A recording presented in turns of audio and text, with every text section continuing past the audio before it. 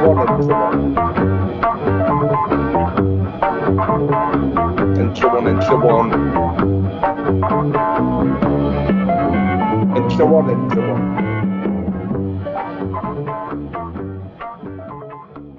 guys, welcome back to Žižek and so on.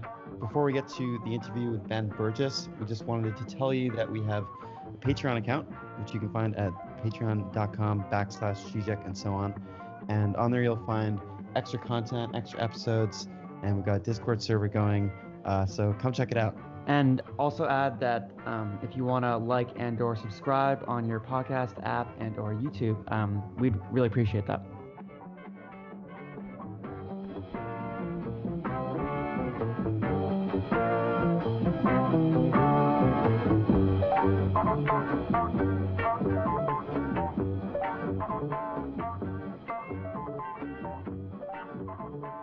Okay. Good day. You've lined up a very nice podcasting bookcase behind you. yeah, that is on purpose. Are all the books real? Yeah. Books are real, but I stuck mine on there a little while ago when I was doing a video thing for Jacobin. For me, my copy of Infinite Jest was a badge of shame because, like most people, I guess, I did not finish that book. Well, I will say that the first time I tried to read it, I think I got about 100 pages in, and like is good, but it's like, didn't exactly propel me through. But then like years later, my wife wanted to read it, and we started it, we started it up again, and kind of passed it back and forth. And that time I actually did finish it, and whatever. It's a it's a good it's a good book. I think it's worth saying. It is good. It's not like I think it's unfairly maligned for being a bro book. Yeah, especially because literally we're talking about a 1,000 page novel about how excessive irony can make you less compassionate, which is not really something I associate with bros. Yeah, totally. Isn't there a scene in that book where it's like sometime in the near future and people are wearing prosthetic bodies on video calls? Yeah. He basically anticipates Skype, but the thing is, in his version of it, everybody's super awkward about because when they see themselves in the video call, they're paying all this attention to how they look and what expression they're making while the other person's talking and stuff they're not used to doing on the phone. So there starts to be this booming industry and basically Skype masks. Not far off from the reality. Yeah. No, not even close. Not at all. Yeah, not at all. Ben, we just wanted to say that we're super not only excited, but we're very grateful that you made the time this week and this week in particular, because we know, as most of us know, it's been a bit of a tragic week for us and for you, losing Michael Brooks. And we just want to say that, we're really grateful, and we wanted to acknowledge that you're making the time. I'm sure that this has been a pretty life-changing week. So we just wanted to acknowledge that and thank you for making the time. So thank you. Yeah, thank you. Yeah. This week on Žižek and so on, we're joined by Ben Burgis, who is professor of philosophy at Georgia State University, most recently the author of Myth and Mayhem, a co-author of Myth and Mayhem, a leftist critique of Jordan Peterson. In 2019, he wrote Give Them an Argument, Logic for the Left. Both books are out on Zero Books. And we're super excited to have you on, because we've been following you through various platforms for a number of years. Yeah. Thank you. Yeah. Should shout out that the co-authors of Myth and Mayhem are Matt McManus, Marion Trejo, and Conrad Hamilton. Should check out all their stuff too. And there's also an introduction by a Slovenian guy with funny verbal tics. That's cool. Yeah. I wanted to ask how the introduction came about, and if you wanted to be, if you guys reached out to him to speak directly to the debate, or to Jordan Peterson, generally just what you think of the introduction. Yeah, I think the introduction's really interesting. I had nothing to do with bringing that about. That was all Conrad Hamilton, who reached out to him, who knew him previously, I guess.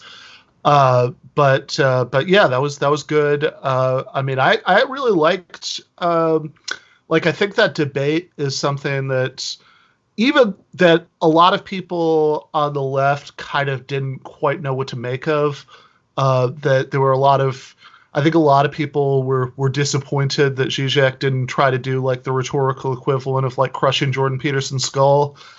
And I get that, right? I would have enjoyed the skull crushing, but I think I think that's a mistake, right? I think my sense of it, right, is that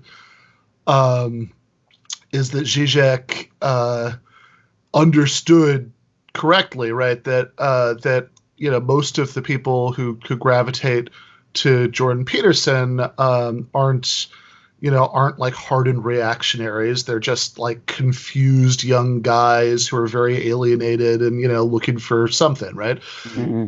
And so instead of, being like, hey, I'm a real intellectual and you're just some, weirdo who talks about dragons, here's why you're wrong about everything. He approached it in a way that was designed to present a version of the left that would be more appealing to Peterson's audience. And honestly, I mean, whatever, it's hard to tell. It's not like they're scientific surveys or anything, but certainly if you look at at like what Peterson fans were saying on, Reddit and stuff immediately after the debate last year, I think it seems to have worked, right? I mean, like most of them seem to have been very impressed, and obviously Peterson didn't bother preparing in any way, and he kind of tripped over himself, so that was like gravy. But yeah, I was actually there. I got the tickets early, and there was like, at least from my own perspective, like a visceral feeling of embarrassment in the air when it became very clear that contrary to like my expectations included, Žižek was very well prepared and Jordan Peterson wasn't prepared at all, as you're saying. But I think like you're saying, Žižek did a very good job of showing the type of left that most of the audience was not expecting. Funny, good-natured, and not like screaming and crying and all that. The type of person that Peterson expected, I guess, Žižek to be as well. Yeah, for sure, right? So, because Peterson's shtick for years has been that like Marxism equals postmodernism equals all the most annoying people you'll find on a college campus, and so, of course, Peterson's own lack of preparation was very useful on the Marxism part, right? Because he, he did this, well, I mean, whatever. I mean, he admitted at the beginning that he had only just read the Communist Manifesto for the first time, in 40 years. Yeah.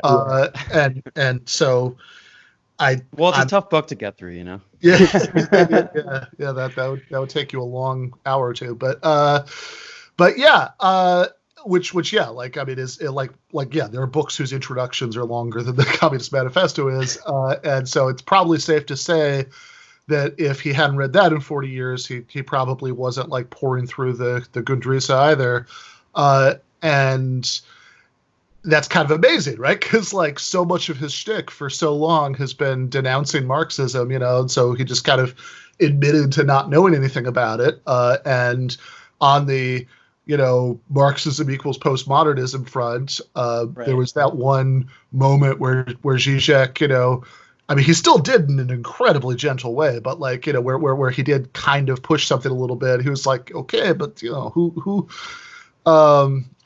you like these postmodern Marxists are talking about? Could you name some names? I mean, who are they, right? And, name one. Yeah, he said that, and Peterson was like twirling his ring around his finger, and he like genuinely couldn't think of anyone. It was a pretty great moment.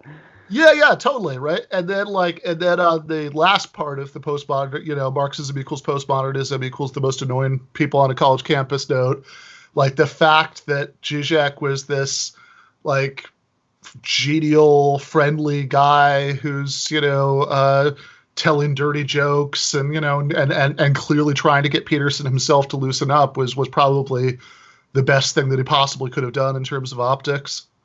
Well, there's something about his performance, because I was one of the people who when I first heard the debate, I was disappointed that there wasn't some skull crushing, and it was what I expected. But there's something kind of prescient in Žižek's performance there that I think anticipates a shift in the left that's going on, and I think that somebody like Michael Brooks and I think what's exampled in your book, Give Them an Argument, is about sort of better responding to the right or the current right or the left sort of mobilizing in a different way other than this desire to skull crush and to prove wrong and to belittle. I think Žižek's performance on some level anticipated a kind of a loosening up or an approachability that the left wants to take up. If you think that, sure. I mean, like, I think absolutely. If you watch Michael's Mill Series lecture at Lafayette College for the end of February, which I guess probably the last public appearance he ever did, because that was just before everybody locked down, then at least outside of, they probably did one or two more in-person episodes of the show after that. But in that, he's like very good on this point, right? And he's very explicit on this point because he's talking about, his own book that he wrote about the intellectual dark web. And he has this nice riff in there about how if you are one of these kind of alienated young men who are the, target demo, for the, Petersons and the Shapiros and the Harrises of the world, and you look to the left or you open up some, mediocre bougie magazine you think is the left, then what do you find? And, he does this whole thing about like, okay, Seinfeld is problematic. Everything you like is bad, and then, Jordan Peterson comes along, and I can't do Michael's Kermit the Frog Jordan Peterson voice, but he has like Jordan Peterson saying something that's like much more what somebody like this would want to hear, and you're great. The government should give you a wife to massage your feet. Exactly. Then of course, right? Who are you going to pick? And I think that and certainly I think in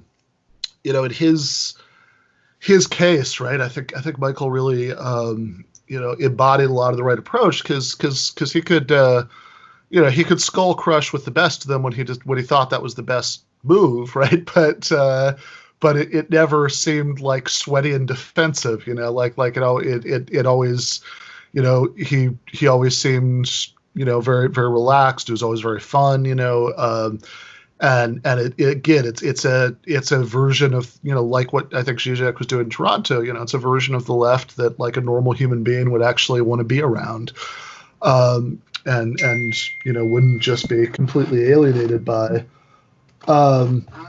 especially since I think like you were maybe getting at the end of the question, we're entering into, or whatever, we're well into a pretty grim period right now, right? Like since the defeat of Jeremy Corbyn and in the UK last year, the defeat of Bernie Sanders shortly after that Mill Series lecture, and so certainly anything more like whatever. I mean these people were just like good social democrats of a kind that we haven't had for a while, much less anything more radical than that. And then I think you could see after, in the protests and riots after the murder of George Floyd, there's been, which you would think would be like a real opening for more substantive, kind of left politics, because you're going to do something about policing and poverty and, all these things that really manifest in that moment. But to a pretty remarkable extent, what we've seen is the opposite, right? What we've seen are signs everywhere of like deep left defeat that people that like rather than sort of trying to come up with with the kinds of demands that might, that might like unify, people who were in the position George Floyd was in as a, black unemployed worker who was, who lost, his main job as a result of the COVID lockdowns and was ultimately killed for trying to pass a bad $20 bill. Then, and so you think, okay, well, how could you find a coalition with the people who are in the most directly in that position and who are obviously also subject to these racial disparities, but also people who share a lot of the same conditions, but are white, or, maybe like, are people who have, a lot of the same, same problems as far as not only poverty, but even, police killings, right? I mean, how many random, people in the middle of nowhere, in some like rural area where cops were busting up a meth lab or something, have been killed unjustly. And so you'd think that this would be a time when maybe you could have people sort of trying to build this kind of broad cross-racial alliances, about poverty and policing and all these other things that could bring about some kind of substantive change. But what you've actually seen is a whole lot of people spending a whole lot of time denouncing each other for what they tweeted 5 years ago. Yeah, a new better culture war. Yeah, stronger than before. Yeah, even more pervasive. It's in all components of your social media. Yeah, pretty sad to see it. Yeah, no question, right? Like, and I think you really see that, like, with the the iconoclasm, right? Because it's like, look, no doubt about it. It's disgusting that there, that there were still any Confederate statues in 2020. Those shouldn't exist. We shouldn't, nobody should have to like pass by this giant public statue in the Bay Park in their city of some, 19th century supervillain who killed a bunch of people to defend his right to enslave others.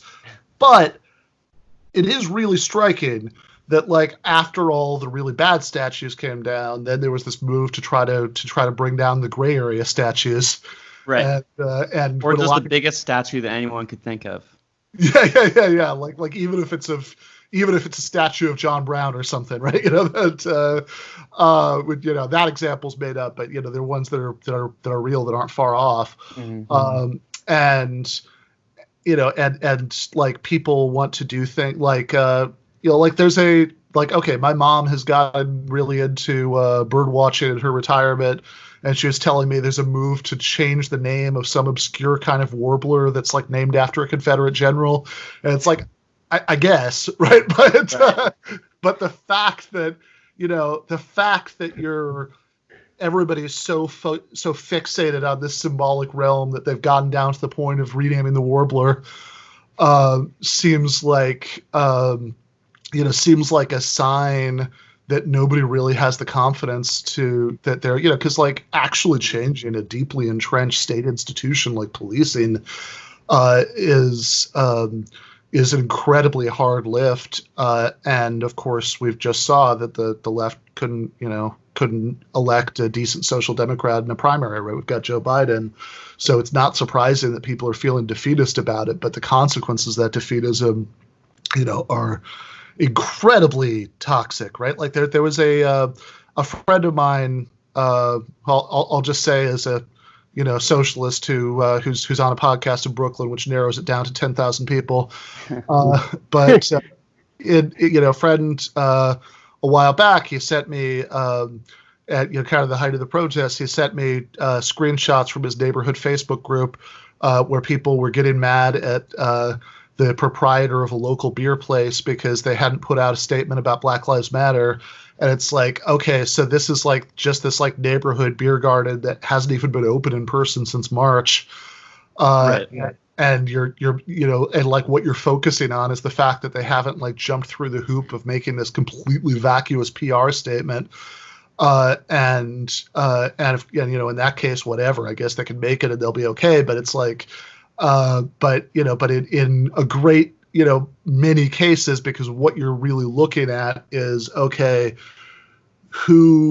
what are the ever evolving rules about the gestures that everybody has to make all the time, and who could we catch violating the rules, and punish for that, right? And the inversion of what everybody thought about this stuff. I mean, look, I'm old enough that I can remember the invasion of Iraq, which happened in my early 20s, and at the time, everybody was correctly, in my view, everybody who was, any kind of progressive or leftist was correctly upset about the way that things like the anti-Dixie Chicks backlash, chilled, dissent, made people worry, about sticking their necks too far out of line, that suffer professional consequences. And, at the time, like George W. Bush's response when Tom Brokaw asked him about this was, well, freedom is a two-way street. They can't get upset that people don't want to buy their records anymore. It's like really striking to go back and look at that quote, because it's like, now that's the left, right? Like now, right? Yeah. Now that's I think it says something that those sorts of tactics are used when people feel so powerless that they start going after these very minute cultural issues beyond the deeper economic and political issues.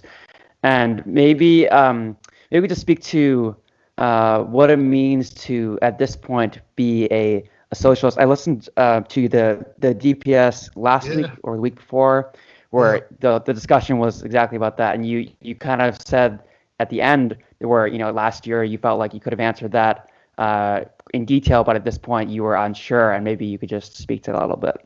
Can I interject? I just want to say, maybe it's important even now to furnish a difference between the left and socialism, right? Is the question of what does it mean to be a socialist today?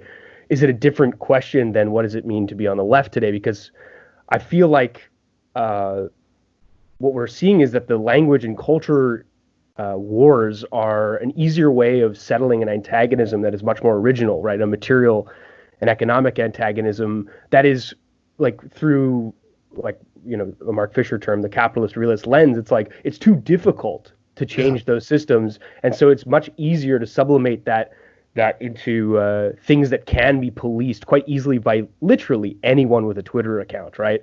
And so I just think that maybe it's an important distinction now to ask, post Bernie Sanders, post Corbyn, and in the era that we're in now, when we see that there might actually be a difference between what it means to be on the left and what it means to be a socialist, and that's an important definition that needs to be made. So I just in line with that question, maybe socialism has to, I don't know, somehow redefine itself outside of the coordinates of what we would consider to be the left today.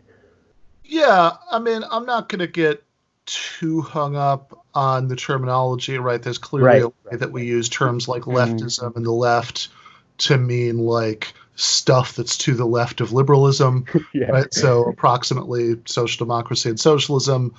And there's clearly a way that we use the term the left to mean both liberalism and the stuff that's to the left of it. And I'd also say that part of the problem is that there's not always a sharp distinction between those things in practice, right? That it's, like you just mentioned Mark Fisher. If you go back and read his 2013 essay Exiting the Vampire Castle, he's critiquing what we would now call cancel culture, but all the people he's criticizing, think of themselves as socialists, right?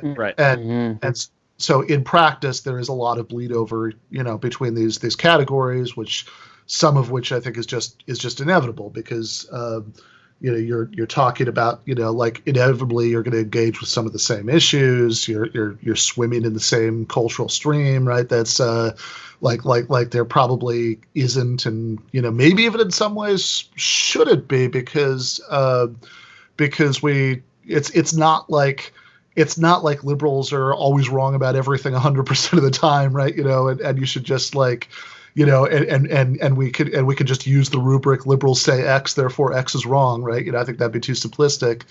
But there is in my view, way too much bleed over in ways that are not helpful.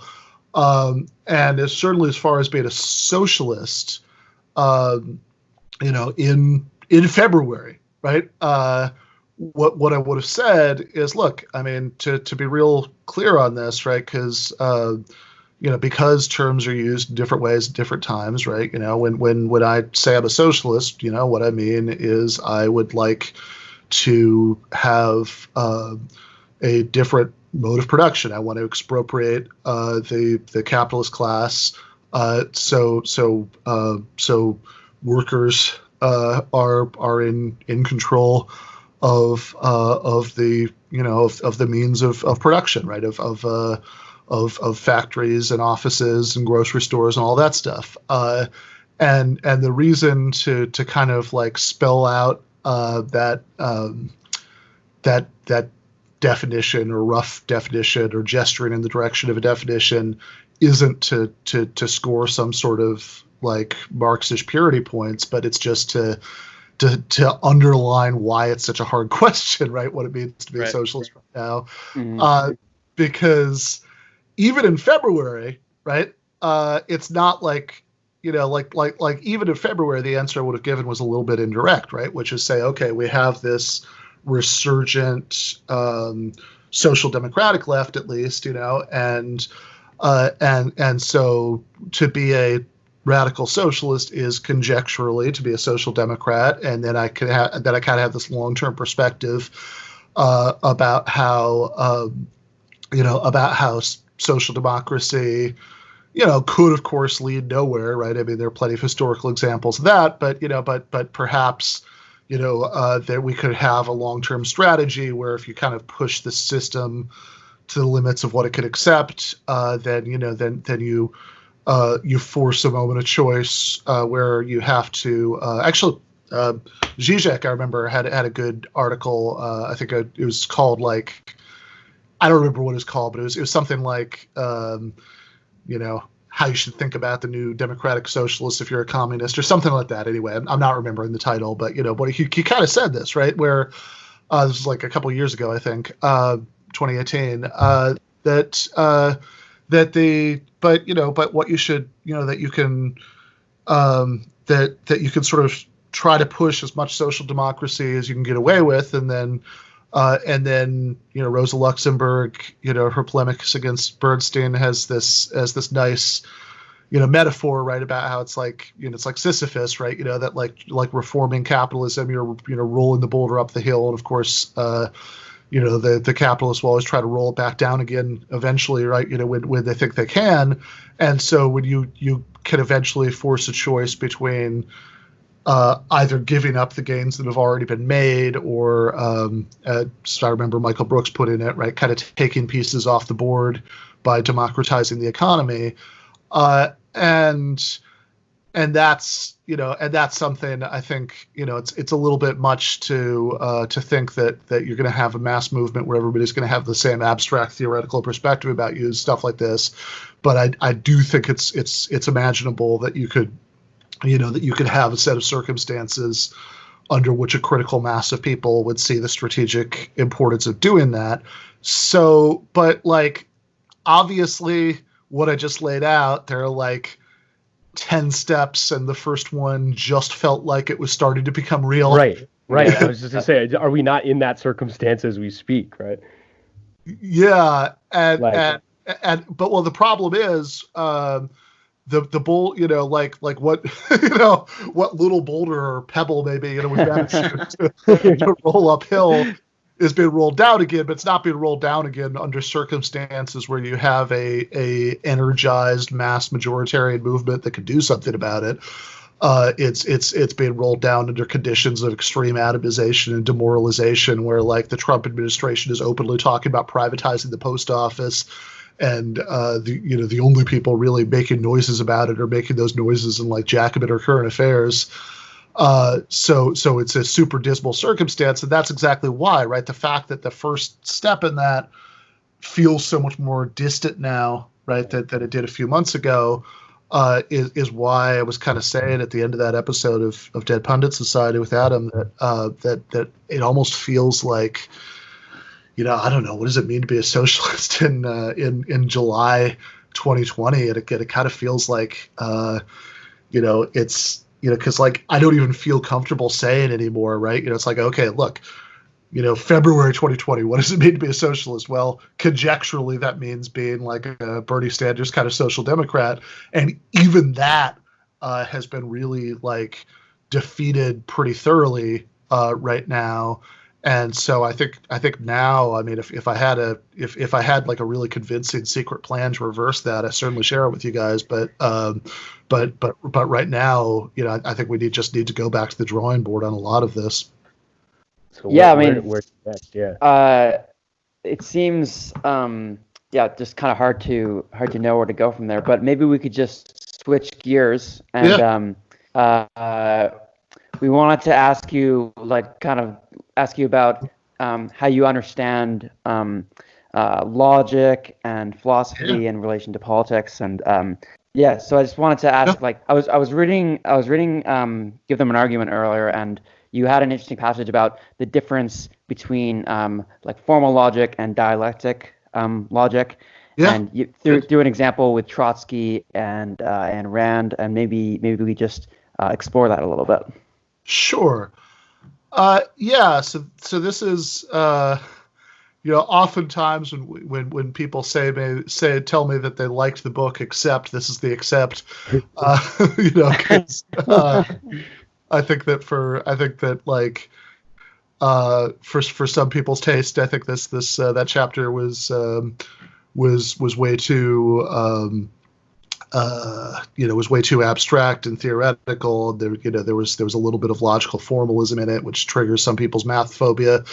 But it was important to me, and it was actually one of the first things I thought about. When I was first talking to my editor Doug Lane about the idea for the book, and I was trying to figure out how this might go, because partially I just come off writing another book, which still hasn't come out yet. Maybe will next year. We'll see. But which was like an academic book about philosophical logic, and that one and this was sort of the commie component, or not even the commie component, but like the commie appendix kind of to what I said in that one, because there's this really interesting convergence between what some Marxists think about logic and the relationship between maybe what's sometimes called Aristotelian logic and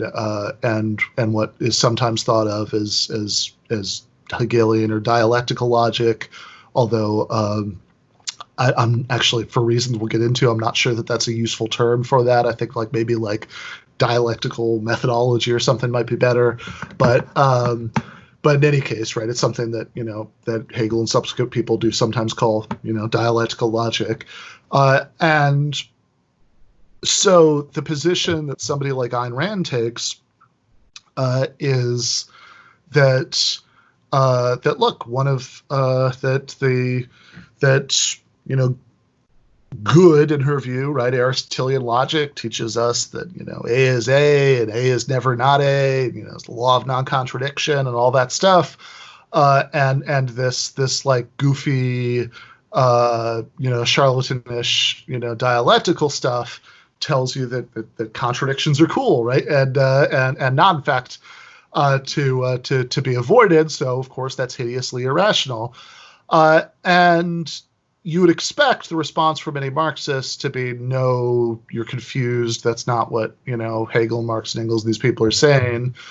But instead, you get, not that I think you read Ayn Rand, but you get this weird convergence that, if you look at the stuff that Trotsky was writing about this at the end of his life, in 1939, during a faction fight in the Socialist Workers' Party when when the opposition group, right, to Trotsky and his American allies, one of the leaders was James Burnham, and it sort of came up in passing. There was some point where Trotsky in the debates back and forth says something about dialectics, and Burnham, who's this kind of analytic philosophy guy, says, "Oh, I don't believe in any of that," and Trotsky really seizes on that. It's like, "Oh, see, he's wrong because he doesn't, he's got these bad ideas about logic and methodology." And in Trotsky's defense of dialectical logic, the way he sees the relationship between that and traditional logic is a lot like Ayn Rand, except for, of course, he puts a plus where Rand puts a minus. And so the perspective I have in that chapter is that nobody in this Burnham, Trotsky, Rand, nobody in these exchanges has any idea what they're talking about, right? That this is just totally confused. Because, look, some of the same words are used in the same context, logic, contradiction, but they're used to mean completely different things.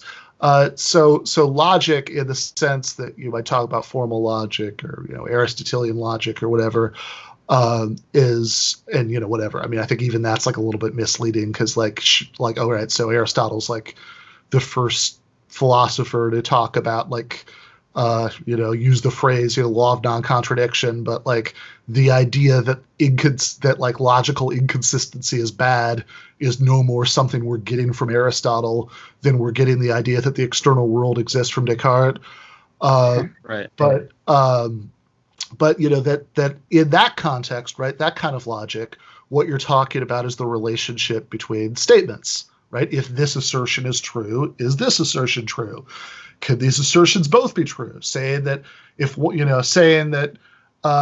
one assertion, that asserting something and also asserting its negation, that's a logical contradiction. And of course, it should take about 10 seconds of thought to see that has absolutely nothing to do with what like Marx and Engels are talking about when they talk about like the contradiction between workers and capitalists, right? That has nothing to do with the logical relationship between statements and which of them can be true at the same time. What they mean by contradiction is like a productive tension between different elements of a system, that there are certain things pulling in one direction and certain things pulling in another direction. That's a contradiction in the Marxist or Hegelian sense of contradiction.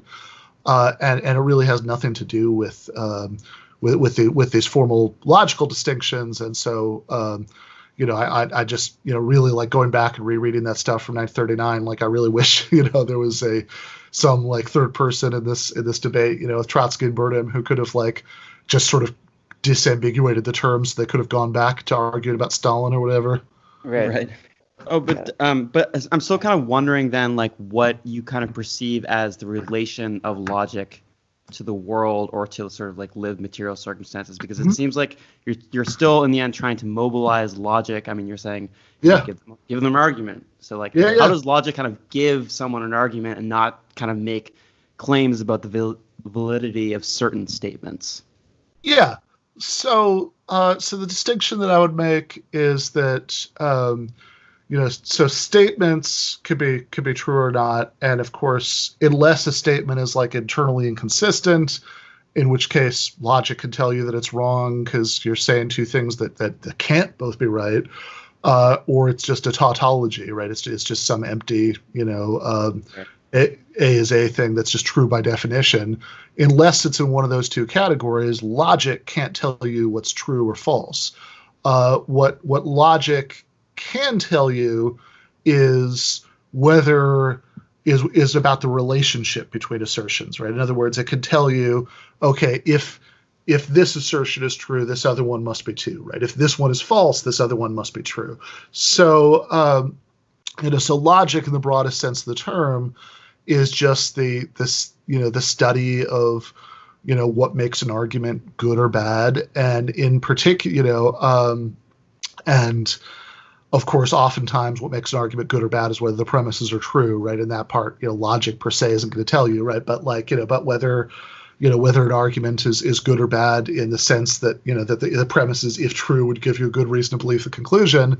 And even when we say argument, right? I mean, let's not read too much into that, right? Argument, like what an argument is just like you're saying some things give you a reason to think some other things, right?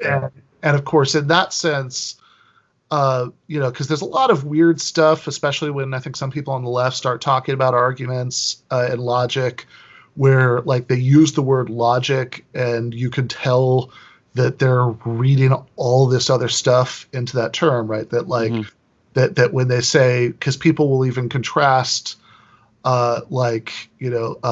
using logic to try to figure something out with like looking at history or sociology or something like that. But of course, a historical argument is an argument. A sociological argument is an argument because you're using some stuff as a reason to try to convince people to believe other stuff. And everybody makes arguments. Right. That's totally unavoidable, right?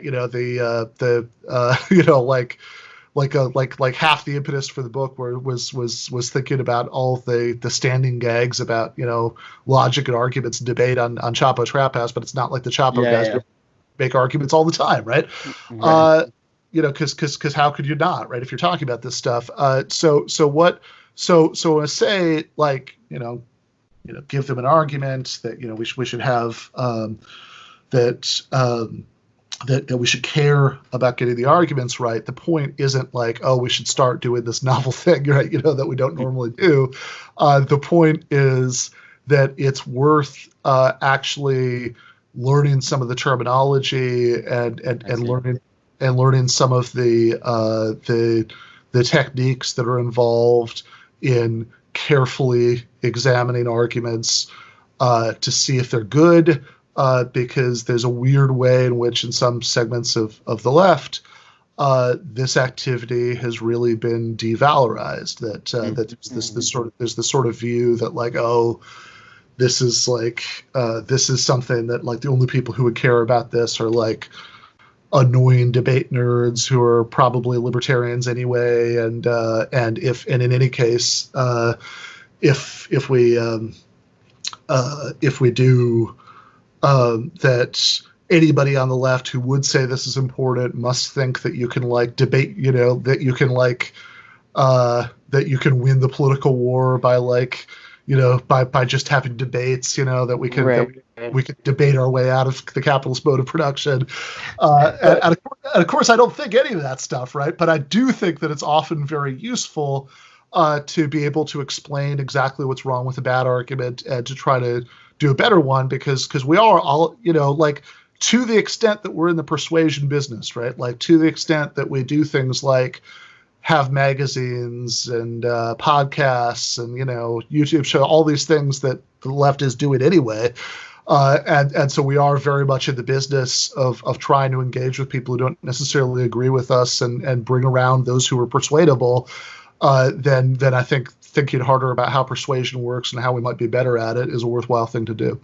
Right, and especially because the territory is so dominated by the people that you're speaking against in your various polemics and debates and in your most recent book, and to kind of not cede the ground before the battle is even tried to be fought on behalf of the left, I think.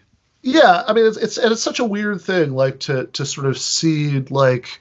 This like it's such a bizarre thing to cede to the right, that it's like, oh yeah, trying to like be rational and pay attention to getting your arguments right, that like, of course we're not interested in that, right? It's like it's sort of right. the flip side of all the like weird like like the weird lefty moralism about like how like you can't like have a hot dog and enjoy the fireworks on the 4th of July because George Washington had slaves. Like, like how many, like how many human activities are we prepared to like renounce as not what we do? Yeah, it seems though that there is some sort of stake to the argument, right? That people often say that. I mean, I've never heard you say this, but it's one of those things you often hear that people don't change their minds due to arguments or debate. That seems like it's definitely not true, but I think there's some tension there in terms of like people want to maybe underplay or disavow the idea that like ideas, like the discussion and exchange of those ideas is that's not materialism, right? Like people change their minds due to changing material circumstances, and if your commitment as a leftist is like to a kind of strict kind of materialism, is there kind of therefore an interest in undervaluing that type of persuasion due to an argument? Yeah. So I guess there are two things going on there, which are worth separating. One is the part about the question about materialism, which is maybe the harder part, and then the other is this very widespread idea, not just on the socialist left, but even on the kind of progressive liberal left, that nobody, that like arguments are a waste of time because nobody ever changes their mind because of an argument. And I think so on the materialism front, I'd say that, look, there is probably some sense in which if you're a strict enough super duper materialist, it might be awkward to explain why you care about persuasion. But I guess I'm not that invested in, in being the world's most hardcore materialist. I think, I would point out, if nothing else, I'm in good company because Marx and Engels, were certainly extraordinarily interested in persuasion. I mean, how many thousands of pages did they spend trying to explain why Proudhon was wrong, why Bakunin was wrong, why Lassalle was wrong, and all of these, win people over in all these factional, debates in the 19th century German left. And so I'm sort of prepared to be, I don't need to be more Catholic than the Pope, when it comes to materialism, especially because any sort of materialism that's so hardcore that it tells you that nobody changed their mind because of arguments, and it's just pure material conditions, it's just obviously wrong, right? Like that's just whatever you want to say about that position and whether other sorts of statements about materialism might commit you to it or not, I hope not, right? Because that would be, if so, right, that would be a good reason to give up on whatever version of materialism commits you to that, because it's just clearly not true that changing material conditions themselves will reliably bring people to left-wing conclusions. Right. There are myriad historical examples, and some extremely recent examples. Yeah, including the one we're currently living in. It's kind of cute. Whatever is happening at this moment. I feel like it's cute to say, but like what you were saying earlier is that even to be a hardcore materialist, that's an argument itself, and maybe even a poorly argued one, right? Is to say that that is the de facto important thing to be for the left, and that argument isn't. I mean, that's a poor argument. I mean, not to be cute about it. But people are like, but sure, that's clearly an argument, right? That like starting from the premise that hardcore materialism is right, and like we conclude that nobody ever changes their mind because of an argument, and then just kind of close our eyes and stick our fingers in our ears so we don't notice that Donald Trump is the president of the United States because in crucial Rust Belt swing states, where the slightest wind would have changed the outcome of the election, like the one I'm from, Michigan. Where there was all this misery caused by deindustrialization and associated social ills, those material conditions did not lead to people embracing socialist conclusions. Kind of the opposite.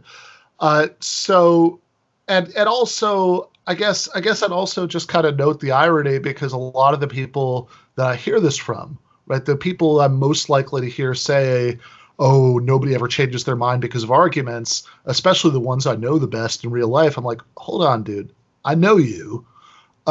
You were raised in a conservative, Republican, evangelical household. You became an atheist when you were a teenager and you started watching Richard Dawkins videos. You were just like a regular MSNBC liberal up until 2016. You joined the DSA in 2017, and now you're like halfway to Maoism, and you're going to tell me that nobody ever changes their mind, because of arguments? I don't think so, right? I think your experience, shows that people constantly change their minds because of arguments. I think the germ of truth when people say that nobody changes their minds because of arguments is that it's very rare that anybody changes their mind like in the room, right? Like certainly, if you're like if Jordan Peterson in the middle of that debate with Žižek had said, "Oh, you're right. I guess Marxism, is correct. That's that the lobster hierarchies be damned." So you have an impression. You do have an impression, yeah. Yeah, he did seem quite taken aback, and I will say genuinely open to hearing Žižek's point of view, and he seemed kind of floored by it in an interesting way. Yeah. I mean, he was very flustered. I mean, that's like about as good as you're going to get. But but he didn't. He didn't change. Well, I mean, even ultimately, he didn't change his views. But it would have been particularly shocking if he had right there on the stage. And even if you're arguing with your Republican aunt on Facebook, which I wouldn't recommend. But even if you're doing that, it's very unlikely that she's going to change her mind about Trump. On comment 50 of the thread or whatever. I wrote during the primary, I wrote a very long, thoughtful message to my aunt on why she should vote for Bernie over Biden, and she just left me on red. Yeah, but look, I mean, the reason that she's not gonna, even if she had engaged with you, right, the reason that she's probably not gonna change her mind right there and then is that when you're actually in the middle of arguing about something, realistically, you've got too much ego involved to flip positions right there and then, right? And this is even more true, of course, when we're talking about Jordan Peterson rather than your aunt, because she's because so much of his larger public identity and professional career is bound up in his politics. But even ordinary people, right? Or even if you're just a bystander, right? Even if you're just reading these 50 comments back and forth on Facebook, you're probably not going to change your mind right away. If you strongly held position A and some really good arguments have been presented against it and for position B, you're probably not going to change your mind that day.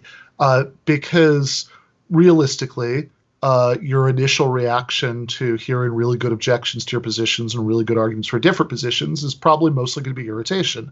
But that doesn't mean that nobody changes their mind because of arguments, because what actually, certainly when I think back to my experience, what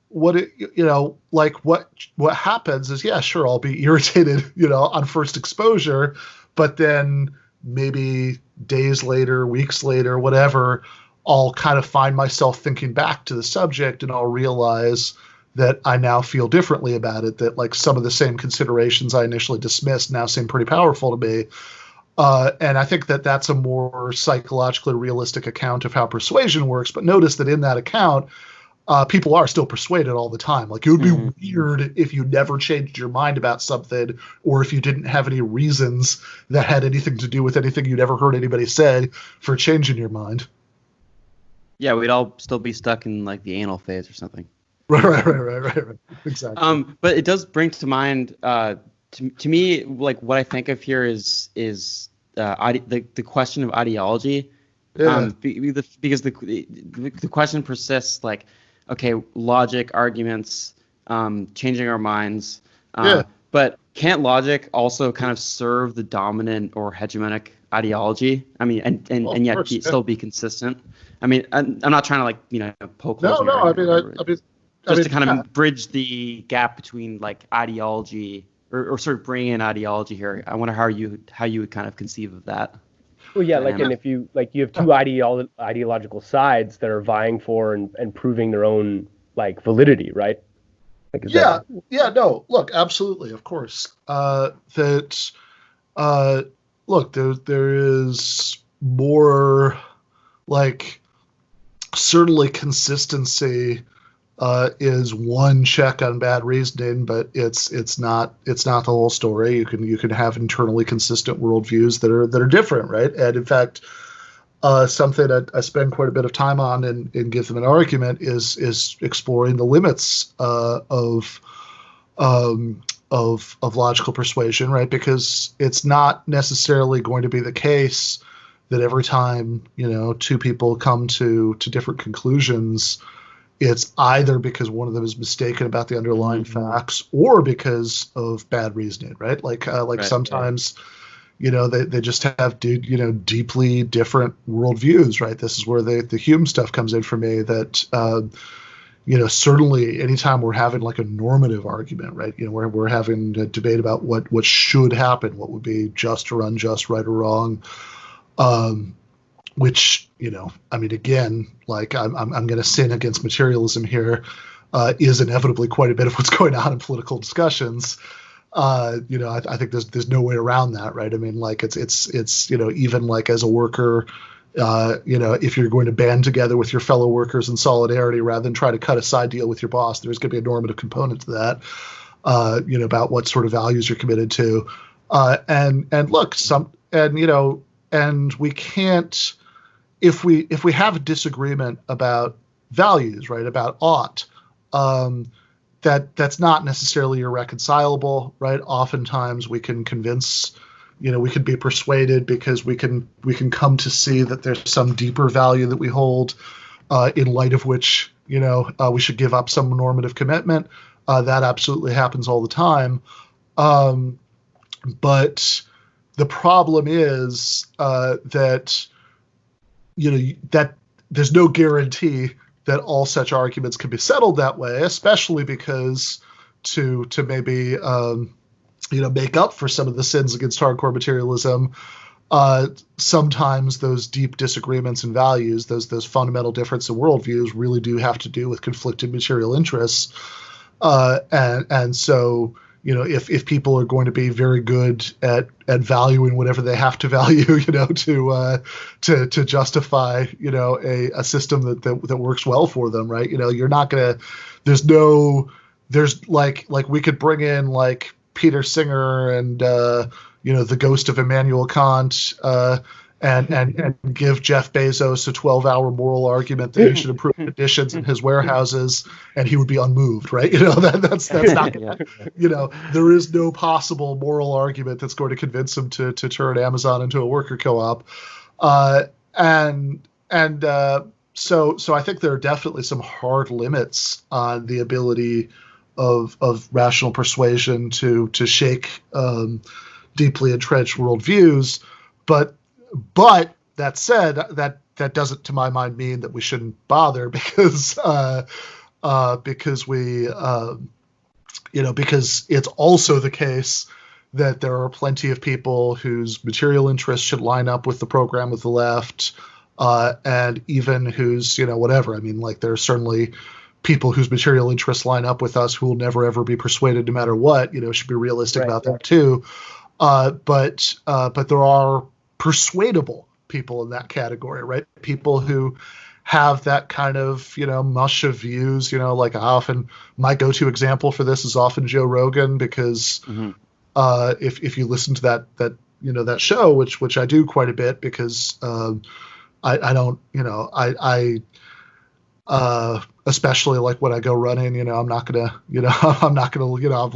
listen to, the book on tape of the Critique of Pure Reason or something, right? Like Rogan is much more the speed of what I can listen to while I'm sweating and and going through there, right? So I'll listen to him quite a bit, and if you listen, to somebody like Rogan, I think it's like a really useful kind of normie check for leftists to listen to that show, because the sort of confused mishmash of positions that he has is, I think, very representative of where a lot of people are at, right? That like they kind of think that they can see the appeal of having free healthcare, and they think that a lot of what's going on in the country right now is kind of fucked up. But they also don't like there's a lot of stuff about the left that they don't necessarily like, and there's certain just crazy right-wing arguments or even conspiracy theories that like sound right to them, so they don't question them. And so I think there are a lot of people with that mishmash, and also without all the money that Rogan has, which helps too, right? That who could totally be persuaded by us, but who aren't. And part of the reason that they aren't is that we're so all too often, all too many people on the left are very uninterested in that project, right? They would rather denounce people for not being there yet than try to think harder about how to bring them over. Quite ironic for a movement that claims to represent the interests of the working people. Yeah, no, I mean for sure. And there's definitely an element of here. Yeah. There's an element in here that we could easily spend an hour on how some of the problem comes from the fact that so many people on the left right now are the downwardly mobile children of what Barbara Ehrenreich calls the professional managerial class, or even downwardly mobile former members of that class. And that's not a moralistic thing, right? I mean, that's not you come from privilege, therefore you're bad, you suck. I mean, I didn't grow up in the slums of New Delhi either, right? But what it is it's an analytically important point, because I think at least part of the problem with some of this stuff is that people who are very enculturated in the sort of mores of this professional managerial demographic, have carry over those habits to left politics, that like these kind of weird competitive games to try to like climb the ladder by showing why your rivals, are problematic and should be reported to HR, it doesn't take a lot of imagination to connect that with some of what you see on left Twitter. Right. Yeah, well, thank you very much for joining us, Ben. Is there anything anything we want to plug? I know you're writing a new book. Is that looking like it'll come out fairly soon? My editor Doug told me, I just bugged him about this again yesterday, and he told me then that he had just sent an email to Zero Books' parent company, John Hunt Publishing, to ask about the publication schedule, but early next year, we'll see. Great. Well, thank you very much for joining us. All right. Thank you so much, guys. This was fun. Thank you. Yeah. We'll be in touch. Thanks a lot, Ben. Right. Yeah. See you. Okay. Bye-bye.